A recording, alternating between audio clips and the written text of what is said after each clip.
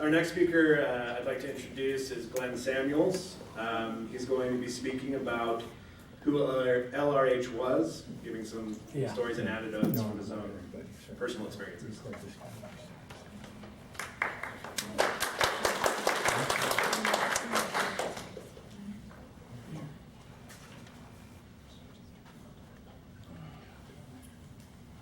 Well, I didn't bring a wheelbarrow. I'm not an intern. My friend Roland talks about his days as an intern when they used to have to change rooms and you'd have to have a wheelbarrow. Yes, we call it a Harvard standard wheelbarrow. You Cart carry the your books 2 around. liters and your 10 volumes and your 15 dictionaries and your shield and HSW. Anyway, I'm looking around the room and I see some new people I just met yesterday and some very close friends that are also here that I'm really happy to see. And just a little bit about myself. I'm sort of what we've been talking about this weekend, a dying breed. Someone that got trained by Hubbard back when on the flagship and is still doing it. You know, a lot of people that my friends or peers have either passed away or they're just, moved on to other things. Like when Ray was talking about, he's done the full bridge. Well, a lot of people that I know did the full bridge and then, became daddies and mommies and businessmen. So I still audit. I basically can't do the whole bridge. I specialize in people who have been messed up by the abuses of Scientology, and that being on staff or having terrible auditing. We were talking about clear earlier. They do make clears in this church. They just don't recognize it. Yeah. I had one guy, AO, ASHO, LA. And finally, he came to me and we handled it in 10 minutes. I just feel sorry for them. And then once that's done, then there's choices. They can, continue with Scientology or not, get trained, which I prefer, and learn how to be auditors, and I've been training people. And then also, either do the OT levels or do an L.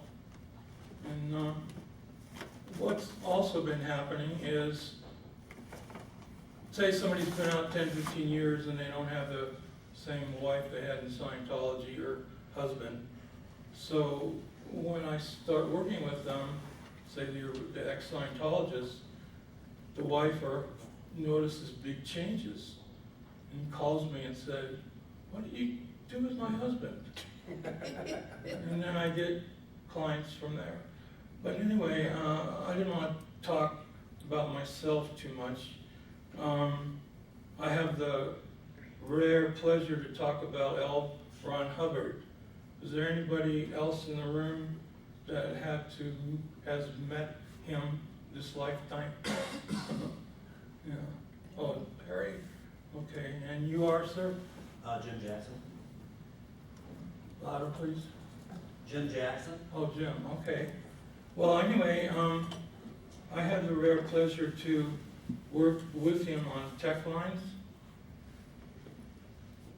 and other lines like cleaning the ship when I was in trouble. So what I thought I'd do is not evaluate who I think he was. Was he a good person? Was he a bad person? Was he an anger blaster? Or was this OT anger that he had? Or was he a human or an OT? I just thought I'd tell you some personal stories and then let you decide. And after I tell a few stories, there'll be a Q&A, and if Ray bumps me, I'll be available to answer any other questions that you might have, and perhaps we didn't get to you. But anyway, these are so great. I wrote the whole thing in here on the plane. So when I start working with someone, they usually have questions about Hubbard. And like as I say, I'll just go through some experiences, and we'll do questions at the end. LRH was generally a happy guy, despite what you might read in articles and in bios and whatever, particularly when he was out of the office. He worked at night, and he loved walking the decks and looking out the stars and talking space opera. He loved chatting with the crew. And what was kind of interesting is he loved to do dress up. Like one night he might be dressed as a R6 loyal officer. And for those of you who don't know what that is, you know, like dressed up like Star Trek or Star Wars. Like, and they had pictures of that on the old Evolution of Science and books. Or he might dress up as a Hollywood director, or wear a French beret with a cape and be walking around with a lot of flair. And it was fun to be with him when he was in those moods, because you just sit back and you got a show. So the first time I was actually face to face with him, I was a student on the ship in 70 or 71, around the time of the Flag Executive Briefing Course. And so I had a twin on the course, and then we were on a break, and I said, I know somebody up on the bridge, let's go up there. And we can see the bridge. All right, so we run up there, and I'm ahead of my twin, and I see LRH about this far from some guy, his mouth white as a lion, just blasting his head off. All right, and then out of the corner of his eye, he saw me and Rick, my twin. The next thing I know is my body went, and it had nothing to do with any of my volition. My body was moved. And right in front of where I was moved to was my friend named Homer Kilmer, which a lot of you know. And then he said, oh, you can't be up here now. Commoner's on the bridge. Okay. So what was that experience? Was it OT? Was it whatever? But I definitely was beamed and moved. I'll certify to that. The next one I wanted to talk to you about was I happened to be auditing late one night, and the auditor admin room was made out of that prefab corrugated boards. What's that stuff called, Trey? You know what I mean? Anyway, that real cheap stuff. It wasn't like in the middle of the tween decks they put up real walls. They just kind of put up that stuff that you could buy and snap in. So I'm absorbed in my folder, and then I look up, and the walls are going, and I look up, and then in the distance I hear LRH full barrel yelling at this guy who was a promo guy.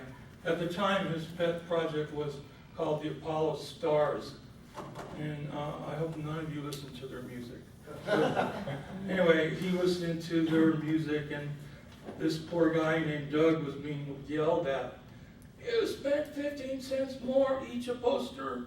What the hell's wrong with you? Do you think we're made out of money? And on and on and on. All right. So, and the walls, again, were going like that.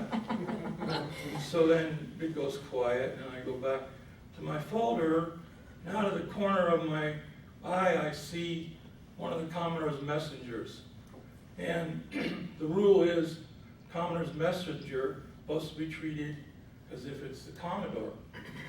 So, because you never know, the Commodore's messenger might have said, go see Glenn and tell him from me, blah, blah, blah, blah, blah.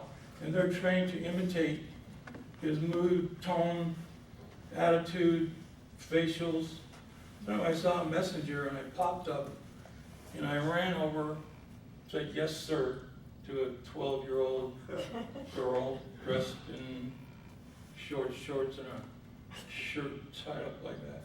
Anyway, yes sir.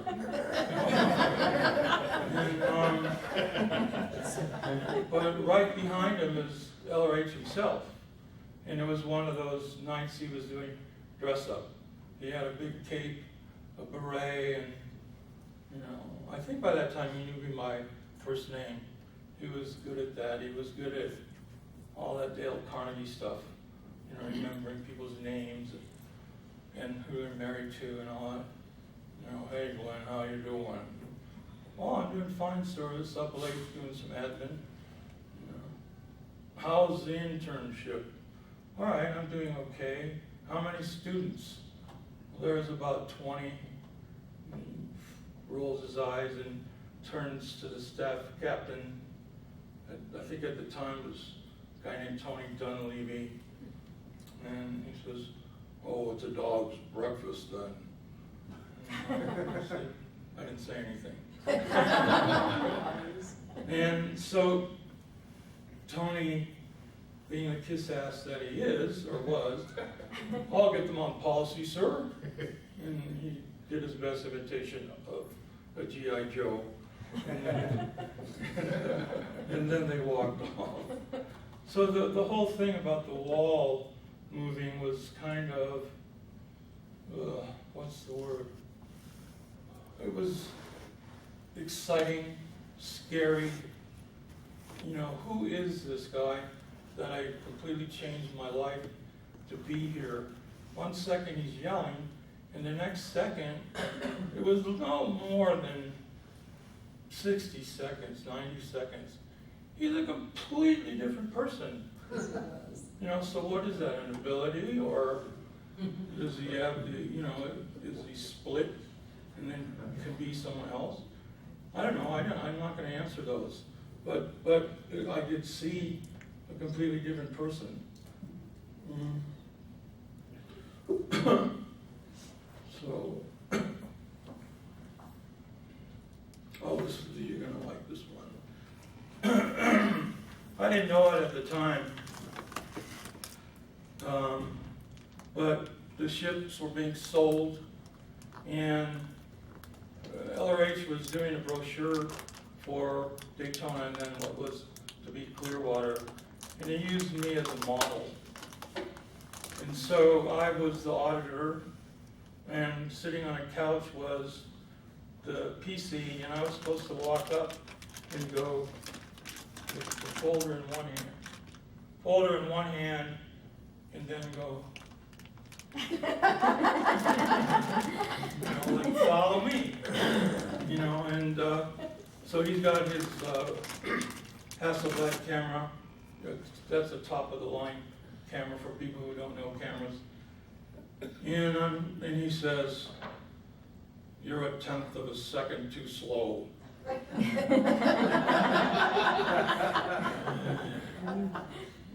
Oh. How are you going to process that? Who from planet Earth can tell what 1/10 of a second is? So I'm walking back to my spot, muttering. And then, so then do creative processing. Imagine you're 1/10 of a second faster. So I go, well, now he's a little pissed, and he looks at one of his crew and tell him he's still 1/10 of a second too slow. think it happened one more time. And finally, what I did, because he was getting pissed, there was no way I'm going to be able to comply.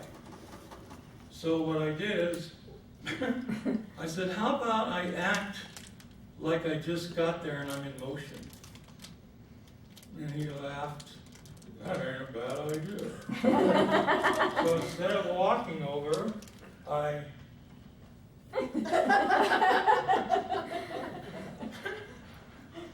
So again, back to the point. I mean, is this OT or is he being wacko? I mean, I don't know. I couldn't process it just a second. But he'd like if you were spunky and solved it. And so from then on, I think that was the first kind of personal thing we did with each other, where I was actually getting to talk to him, not just seeing a CS or something. And so he had this attitude on me that the guy is kind of funny, kind of creative, and tries to do what I want him to do, even if he can't be a tenth of a second faster.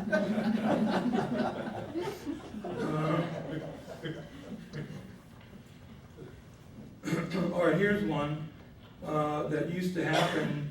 And if you saw the film The Master, where the LRH character is telling the drunk guy, what's wrong with you is you have an incident from, 20 million years ago in Arcturus, and, that's the whole problem with your life and whatnot. And the guy who was playing LRH, who was deceased, did a good job, but there's no way to capture people from that era. Like LRH, Franklin D. Roosevelt, Winston Churchill, they just had a certain dynamic about them that we just don't plain have, whether it's living through wars or whatever. But anyway, I don't want to get off the subject. So one of my friends named Janice and I are walking. I guess she wasn't my PC, but we're walking, and then LRH and his messengers and a couple of people are walking, and Janice kind of walked like a little bit like off balance and dizzy. So LRH is watching her walk, and he says, not to her, but to one of the messengers, excuse me, she's been shot. Doesn't she look like she's been shot?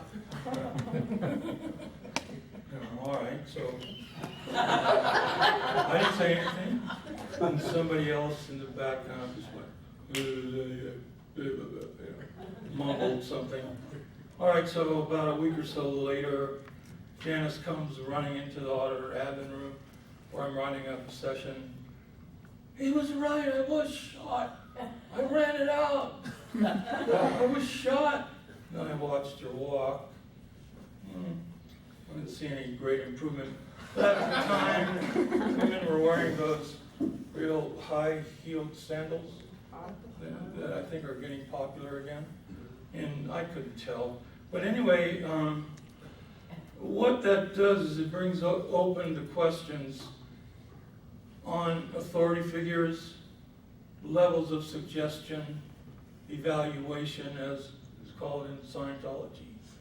I mean, would she have run that if he had never said it? Would it have been something that came up in a session? And then one of the things about being at the ship and being in tech was one of the reasons I went there is they have briefings every morning, and any folder that LRH dealt with had a red card in it and would say notes and this and that. So I read a lot of these, sit the PC down and do an evaluation. His ZFP interviews were mostly that.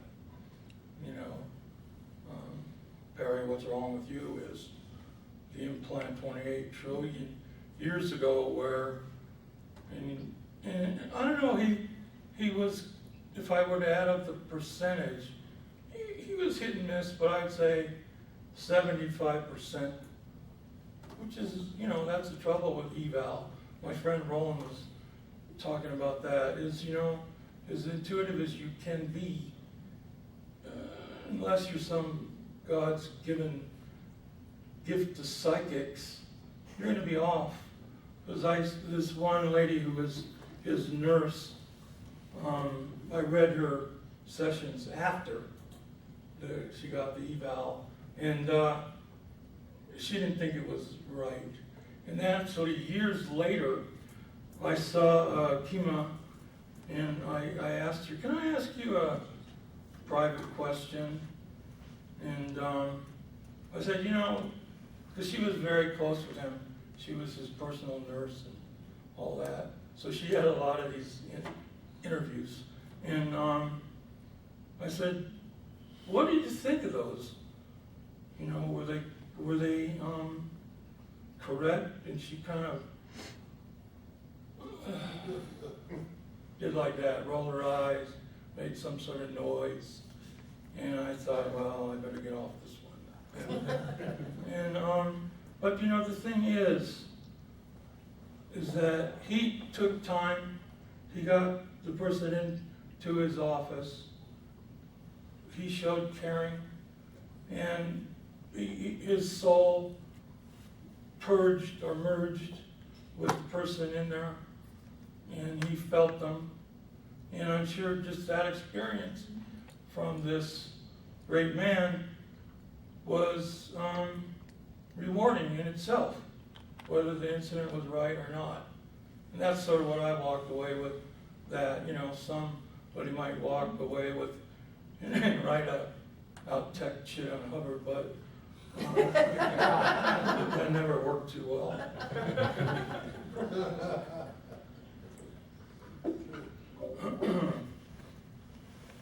In '73, Hubbard had a bad motorcycle accident. He broke different things in his body, particularly around the arms. And basically, he kind of lived in this red chair for months. And he became convinced that the reason he was in so much pain and that he got in the accident in the first place is what is called, for the newcomers, CI, counter-intention.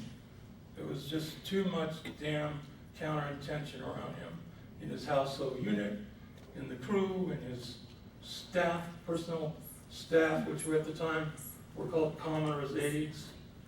And so thus was born the RPF. And I always get asked, did LRH's personal communicator write it? Was it his idea, or was it Hubbard's? Nothing that big was done by just some guy saying, oh, I have an idea. Let's do a rehabilitation project for us and get anybody who has CI, take them off post for 6 months to a year. No. Yeah, Burkhart wrote the flag order, but it wasn't his idea. I actually asked him about it when, years later, what was that flow you were running, the reverse? Yeah. He was in the RPF. So he said, no, it came from Hubbard. And a big part of the RPF program was to co-audit. And that was good for a lot of people. Nowadays I hear that you could be in the RPF for eons, literally over 10 years. But back then, a real, like somebody trained already, and get a partner who's already trained, they could get out in 3 to 6 months. I landed in the RPF. I was out in 5 months. Other people were faster. And but nowadays, there's no real intention to rehabilitate. In the big keynote or the feature of the RPF was running out counterintention with what's called expanded Dianetics. And that sort of got swallowed up later on with canceling the whole auditing Dianetics after clear policies. So all this really great piece of tech isn't around anymore. Some people try to do it on net for OTs, but you can't run incidents, so it's quite different.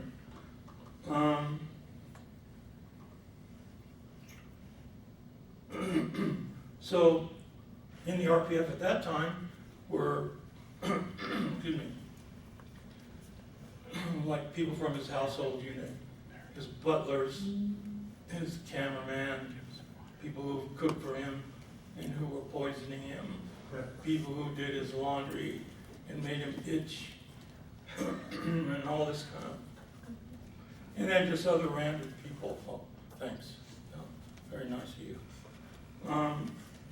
And then other random people, like the FSO flagship org wasn't seaworthy, so every day they'd find the most downstat person and throw them in the RPF, which was harrowing if you were in the FSO. But what was good was LRH's little quips at the end. he would say, this one intern from Boston or somewhere, Pinelli claims that he's not a product. He's been here 2 years and he's not a product. Pinelli needs to find out that in order to become a product, you have to make products. Well, at least we'll have a clean ship. And my favorite one is a guy, I'm lucky to have the name, Glenn Poole. Now, Glen means the shaded, calm, non-windy area in the forest. The Glen Poole, thusly, has no fresh air and is stinky. So at the end of Glen Poole's, LRH wrote, and we hope with this RPF assignment, Glen Poole will stop dramatizing his name.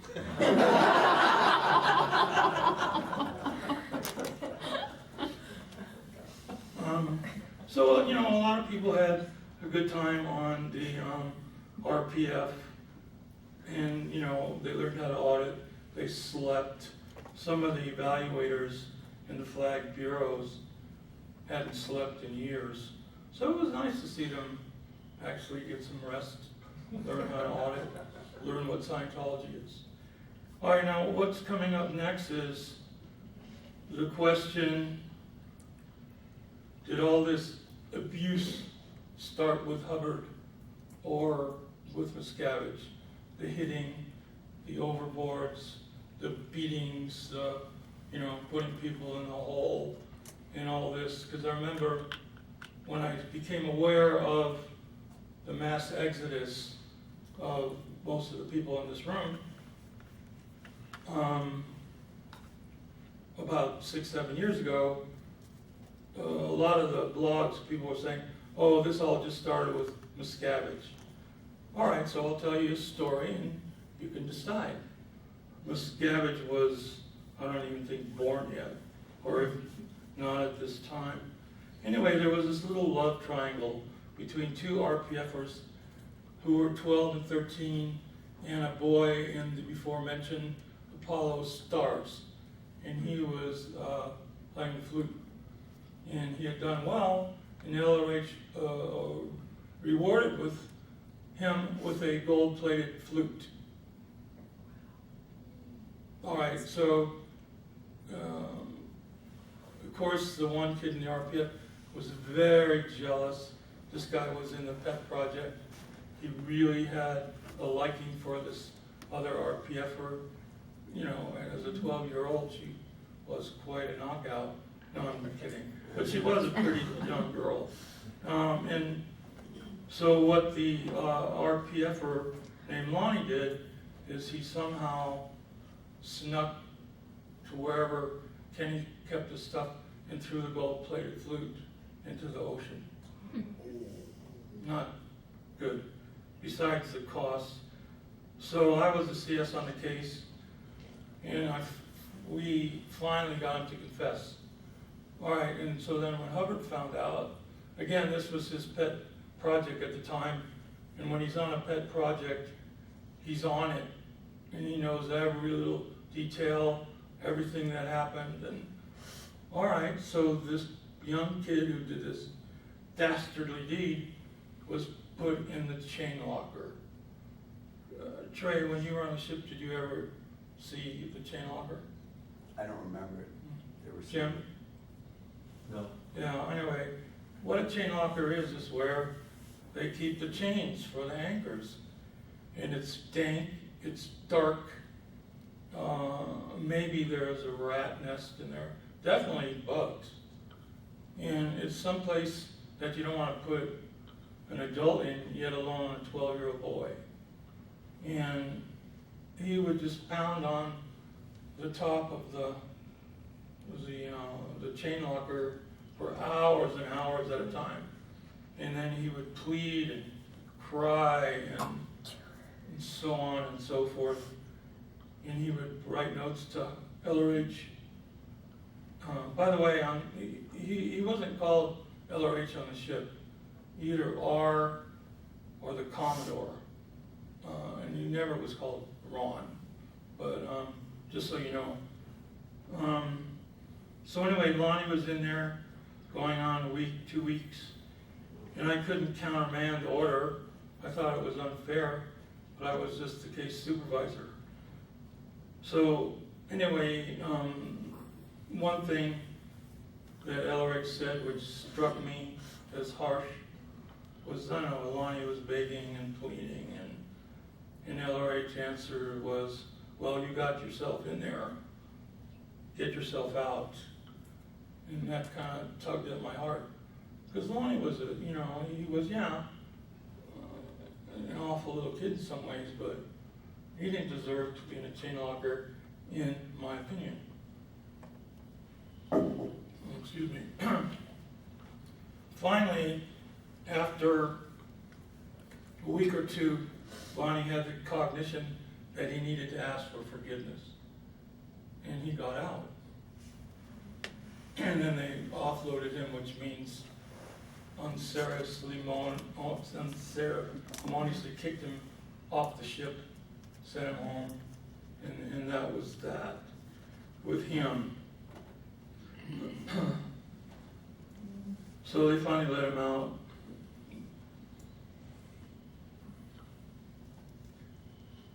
Now my next memory, and the last one for my little talk, was the opposite of this, what I thought was cruel and harsh. We were doing a transatlantic because the CIA told the communists in Portugal that we were a CIA ship. Were you on that? No, okay. So we had to get enough supplies and split, because there was what people call the Rock Festival.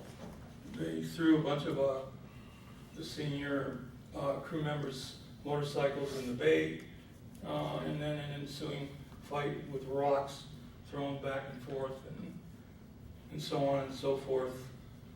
And so we did a transatlantic, and there was a bunch of us.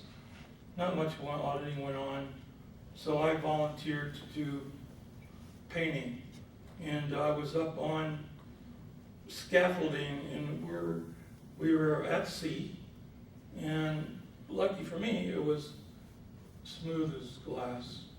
So I was up there patching, and LRH's order was to, when we come to South Carolina, that the stack should be brilliant white. So I was up there doing that, and everyone had gone to dinner, so it was dusk, and it started to get dark. And all of a sudden, it started to get rough out at sea. And I'm not the most, what's the word in Spanish, it's klutz. That was a joke. Klutz is in Yiddish, means kind of like, a little bit clumsy. I can be that. So I was up there, and I'm not a painter, hammer, and nail guy anyway. Do you know how to? No. Have you ever? No. Didn't your dad ever? Nope. So I'm up there, and I get all tangled, and it's rough at sea. And I'm starting to freak out, and there was no one about. And it's noisy because there's wind, and I'm up there alone, and it's starting to get dark. And I started to yell, "Help!" Yeah. So I was yelling for help. And after about the second yell, out of the blue, Hubbard was there. I was up on the stack, and he was down here with a couple engineers and a couple messengers, and he saw me. How? He heard me or knew I was there. Again, I have no idea. Was this an OT awareness? He was the only one on the ship who heard me or felt me. So anyway, he ordered a couple of the engineer guys to untangle me, and then he ordered a light for me, and I waved to him like, "Thank you," and he said, yeah, okay, but keep working. Well, I got that from his nod that you're doing great now, keep working, but he did leave one guy down on the bottom to watch me and focus the light. So we ended up going to our port with a beautiful stack. And that's the last story of the day. And I'll leave it up to you whether you think he was at times a harsh human, or just a typical human, or he was an OT. And it's not up to me to decide. Do we have time for some questions? Just a few, yeah. A few questions, and then if you have a question that doesn't get answered, see me, and we'll talk to you privately, later at lunch or something. Yes, sir. Did you say it was Ken Urquhart who wrote up the issue on the RBF? Yeah, Urquhart. Oh, Ken, that's Ken. Yeah. URQUHARDT.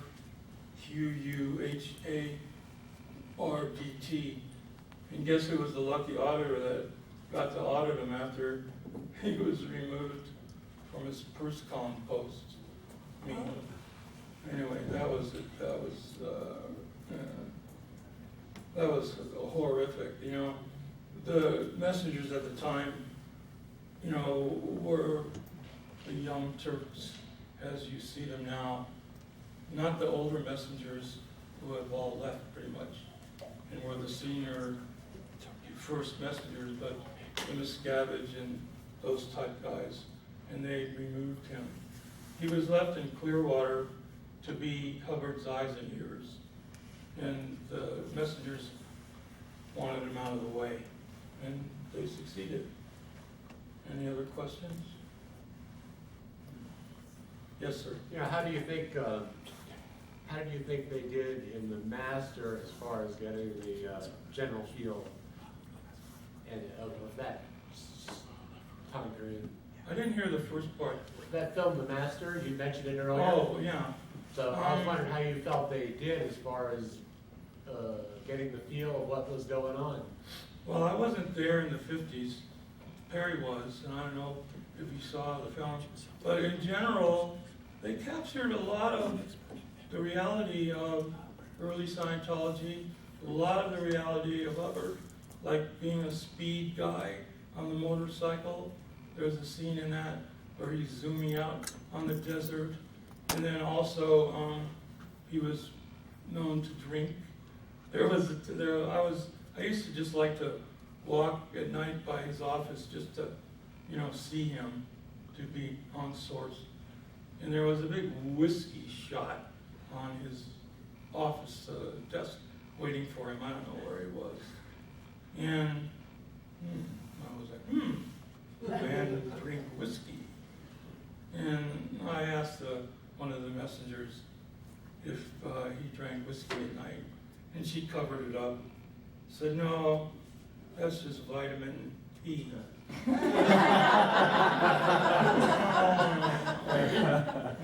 effing way. Yes, sir. Quick question on what country did he have a motorcycle accident in '73? Let's see, where were we? I think in that period we were doing Spain, Portugal, Okay. ports in and around there. And then, if somebody wasn't intimidated by LRH's his altitude, and he made a cracker joke, and somebody came back at him, not malintended, but matching his wit or this kind of thing, do you have any dialogue or stories about, you know, somebody just kind of fired back at him? Well, there were certain people that could do that. I certainly couldn't. But Captain Bill, who was a good sailor and had respect from LRH on that account, you know, he used to come up to LRH and poke him in the belly. And then LRH would do it back. You know, stuff like that. But generally speaking, you weren't there to be a wise ass. You know, you were expected to give full respect. One time I was up by his office, I was teaching an OT3 student. He was looking up geographical locations, and LRH had the best atlas in the whole ship. So I was up there, and he came out of his office with a couple messengers, and I didn't pop up. And, you know, what you're doing. You know, and I told him, training this guy on this OT3 stuff. And then afterwards, one of the messengers said, hey, you didn't get up and, you know, show him proper respect. Okay, sorry. So that was the environment, except if he was kind of cutting back when we were at sea. He liked that. He felt safe. Like I said in the beginning, he liked to look at the stars and talk space opera and all that. And Captain Bill was into that too. And whoever else, he liked that kind of stuff. But, you know, coming up and saying, hey, fatso, no. No, that didn't happen. I didn't mean that. Well, I know what you meant. He would say, you know, oh, nice green shirt. And then he'd say, well, at least it'll cost more money than you give us for uniforms. You know, no. All right, my time's up, like I said. If you want to chat, questions about Hubbard or the flagship later, feel free to tap me on the shoulder and we'll make a time and do it. Thank you.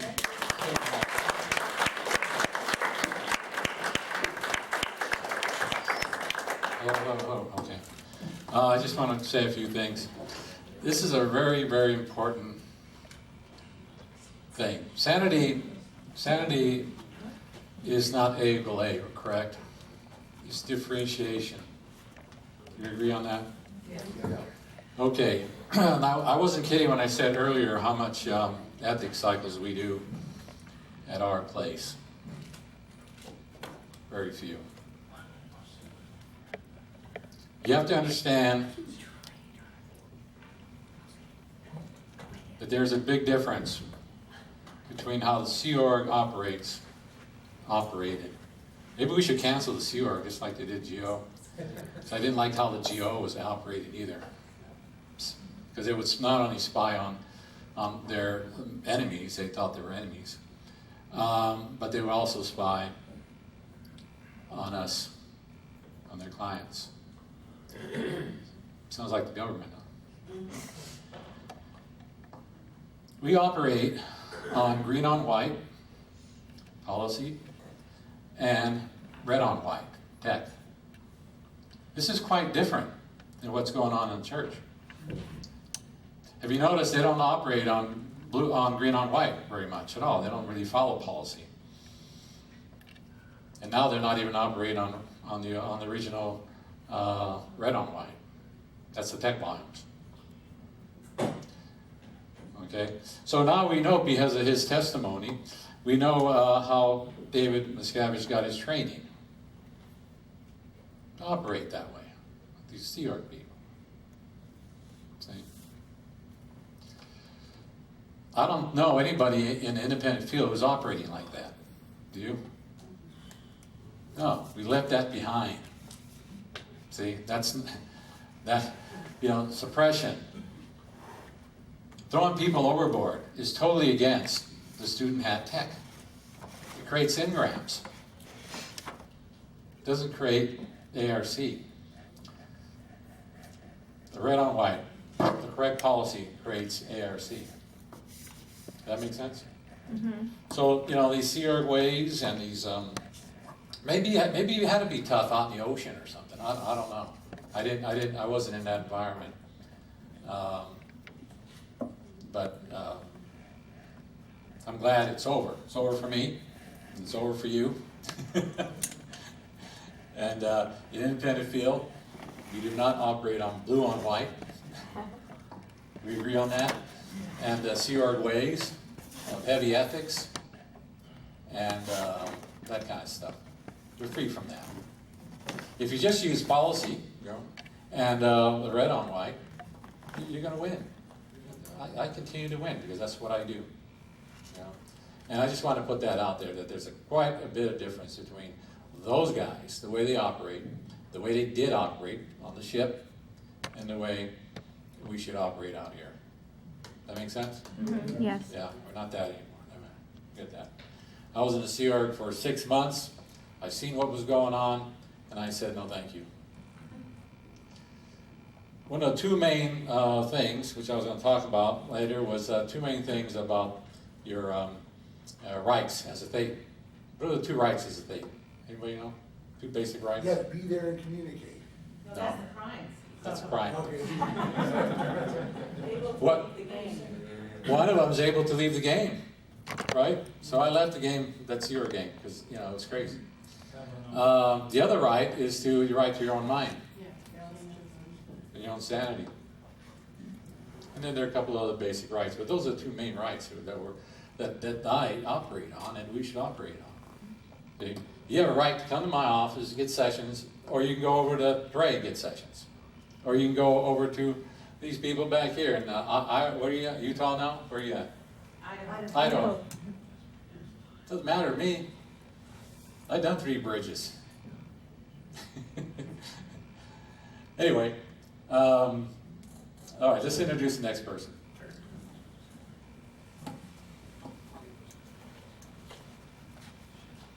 All right, thank you, Ray. Let's have another hand for Glenn as well for sharing.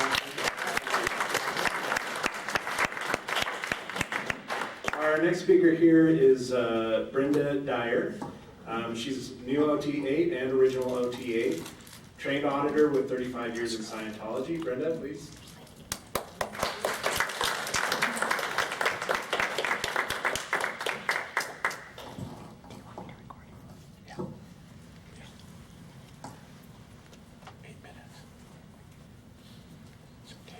I have cards.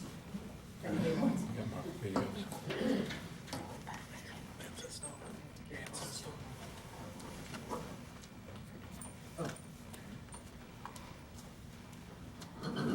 Thank you, Ray, for making this possible.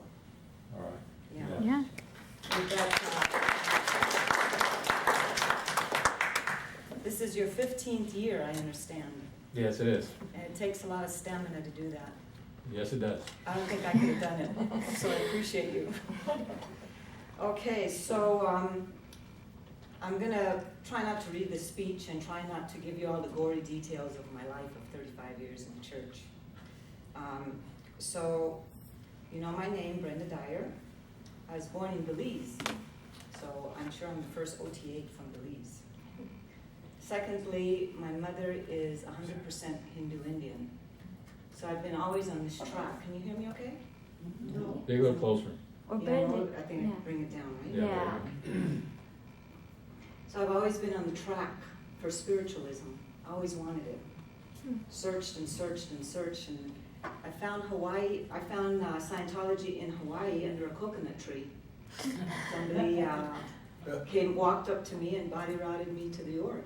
Hmm. That's how I found it. And my first session, I got a Dianetics session, and I went boom right into the incident when I was a kid. I jumped out of a window and landed on a nail. And I felt the pain. And I go, okay, this is real. Right? I didn't make it up because I knew, this lifetime I knew that really happened. Now the other stuff, you know, back then I go, okay, well, I'll go with the flow. Anyway, for me, I started in '81 in Hawaii. And I made it up to OT8 very swiftly. By '89, I was done with OT8. I had done a lot of training, both admin, ethics, and tech.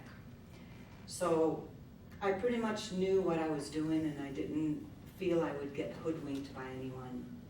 And I came out pretty unscathed by the church. You know, I don't have all this horror story. You know, I'm doing pretty good, and I've done well for a long time. And I am on level O of the briefing course. And I've done that, oh thanks. The briefing course is my story. I love the briefing course. Of course, I've been on it. I went up the briefing course, down the briefing course, up the briefing course, then back to student hat. And that's when I quit. Golden Age of Tech came out at that time, and that's when I never went back. But I did it in ANZO, which is Australia. I did it in EU, which is Denmark. I did it at St. Hill. I did it at ASHO, and when I got to FLAG was when GAP came out, Golden Age of Tech. I have been an OT ambassador for Oceania, New Zealand, Australia, and the Orient. Wow. And I was chosen by ED and Guillaume Lesurve to do that post as a field person to just help Scientology expand in those areas, which I actually had a lot of fun at. I've FSM'd a lot. I've been to many countries in the world FSMing for Scientology. I've actually been to 46 countries, not all for Scientology, but for various reasons. I was like smuggling jewels, and I didn't really smuggle them into the US, but I figured out a way that I can get them back into the US without being illegal. I ran the largest Pure Center in the world in Maui. And I won the highest hours in the Purif, and I thought it was kind of strange because I go, here I am in Maui, I'm 2,500 miles away from any landmass. I'm in this little Purif center, and I'm winning. And I'm thinking, what else is going on out there? So that was a real big clue for me that there wasn't much going on. And who created that? It was me, right? So here I am, I'm this person that's on my own and creating this. So that was a real big question I had. Well, what else are they doing in Clearwater or in Los Angeles or even in London? You know, these other very large Scientology areas.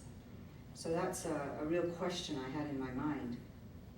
So, you know, I kept myself very clean in Scientology, meaning that as I was also an FSM, and I still am to some degree. I gotta find people to send people to, which I'm learning, because I just got out in January of this year. And the way I did that was I wrote a request for repayment for the rest of the money I had on account at FLAG. I actually don't care about the money. I was just learning, I just wanted to learn what the church is going to do to give me back my money. Of course, I already knew that they weren't going to do that because they changed the repayment, the Suppressive Acts PL on March 13, 2013, and they removed the sentences that says that the money must be refunded. And they changed terms from fees paid to donations made. So they turn it into legal rather than spiritual. So LRH would never had said, I'm not gonna give you your money back. Anyway, that was January, 6 months ago actually, on the 7th of January. And I haven't heard a response from them. I don't know if I'm declared or what, but I have been probably deadfalled because I'm not getting mail. So I never got into the IS Red Cycles, the Ideal Org fundraising, never did any of that. As a matter of fact, I only did up to lifetime membership in the International Association of Scientology. And I have in my purse today my HASI membership still of my first lifetime. So I carry that card with me now. I just removed the IAS card when I left and I replaced it with my original one.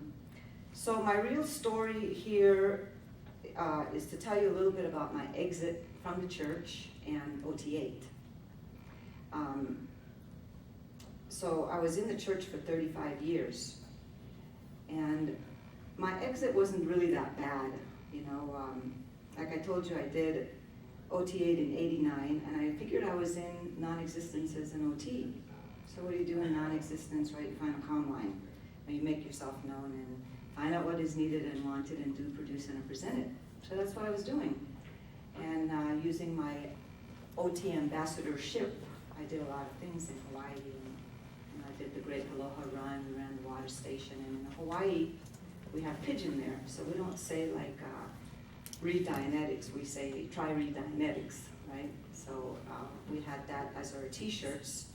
We had 10,000 participants. And it was a lot of fun doing stuff like that. So we all show up at muster, and my folder never came out. And I go, okay, I'm getting the big crown, I'm the bad, I'm the loser, and this and the that. I just immediately went down tone knowing that I reported something that probably wasn't correct.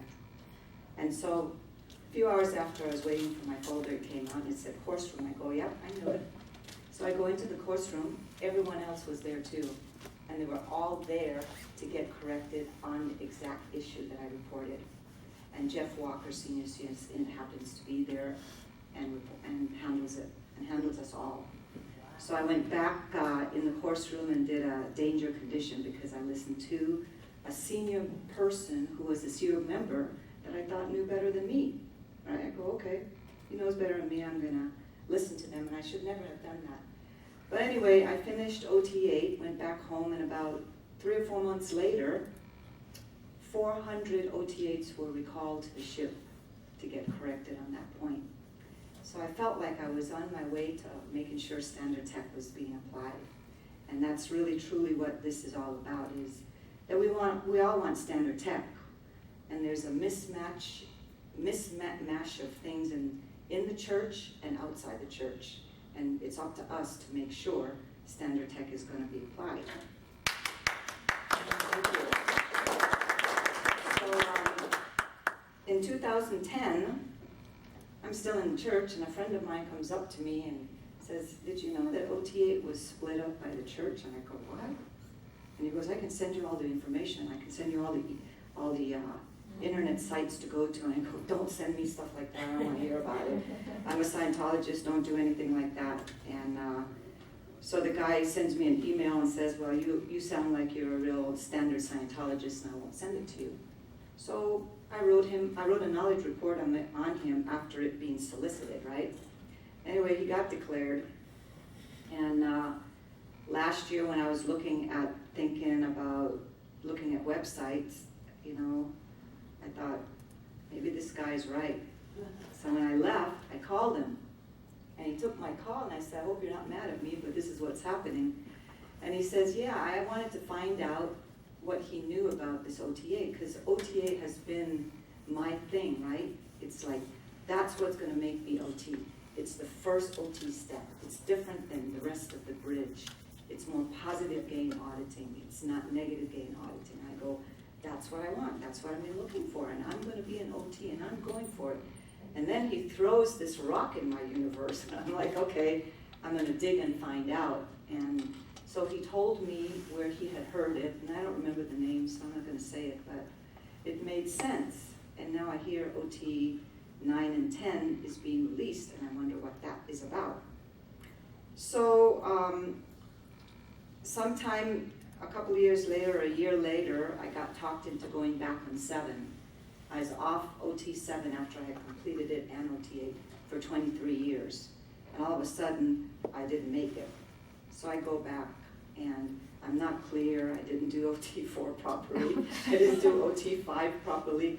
And you're thinking that you're really stupid because you didn't get it. And then you find out after you left 80% of the people didn't get it either. So where was RTC in all this? Watching the tech, making it pure, making it so that all of us can have standard tech.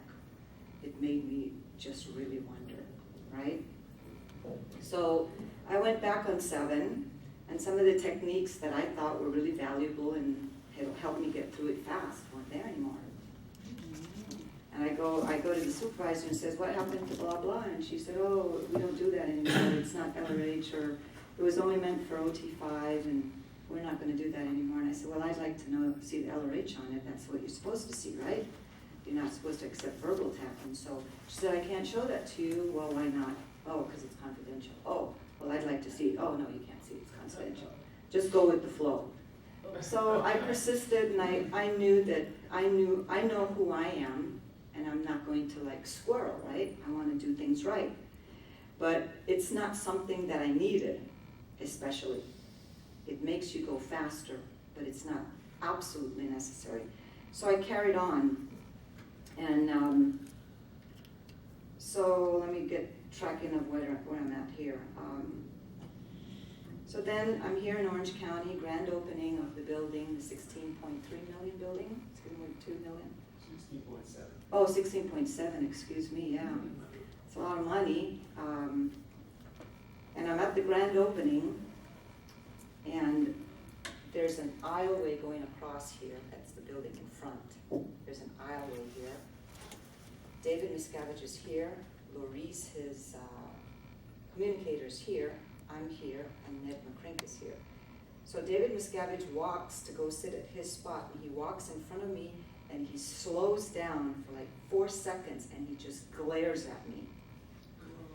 And I go, what's that about? You know, I'm like shocked. I said, David Miscavige, chairman of the board, Religious Technology Center's Church of Scientology, is glaring at me for no reason.